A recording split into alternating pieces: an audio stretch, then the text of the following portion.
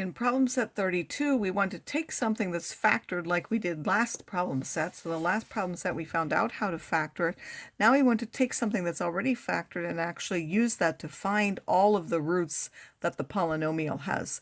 So in order to do that, you want to take each quadratic part or linear part and set it equal to 0 and then solve for that. So here we have 2x squared minus 1 is equal to 0.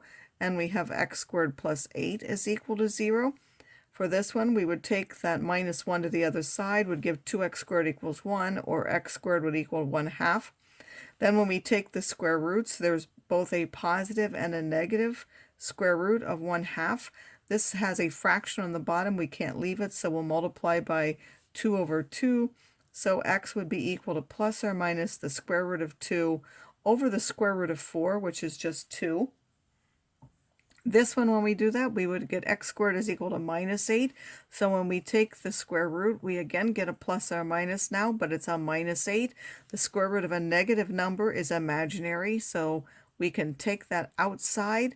And then the square root of 8, we know that 8 is 2 times 2 times 2, or 2 squared times 2. So when we take the square root of that 2 squared part, that will come out and be 2i square roots of 2. So we would get 2 square roots of 2 from the square root of 8, and then we keep the I.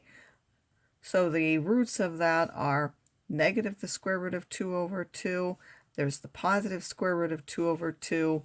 There's a negative 2i square roots of 2 and 2i square roots of 2. So 2 of them are real and irrational because they still have a radical sign in them, and 2 of them are imaginary because they have the I. In this one, we have 2 linear factors, and then we also have a quadratic factor. We have x equal to 0, we have 4x minus 5 equal to 0, and we have 16x squared plus 20x plus 25 is equal to 0. This one is already solved. For this one, we would get 4x is equal to 5, or x is 5/4.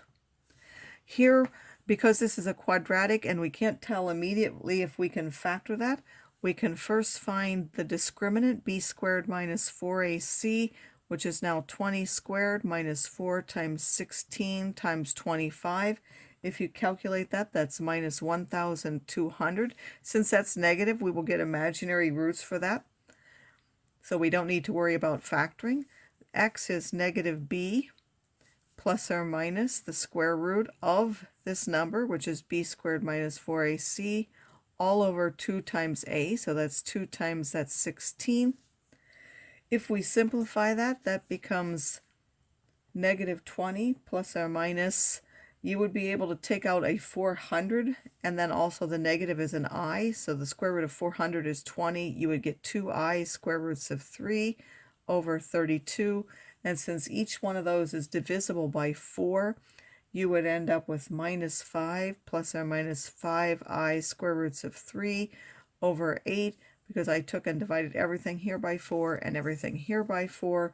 So if we list all of the roots again, they're x equals 0, 5/4, and then we have a minus 5 minus 5i square roots of 3 over 8, and we have a minus 5 plus 5i square roots of 3 over 8. Again, we have 2 real, but this time they're rational. Here they were irrational, and then we have another 2 that are imaginary.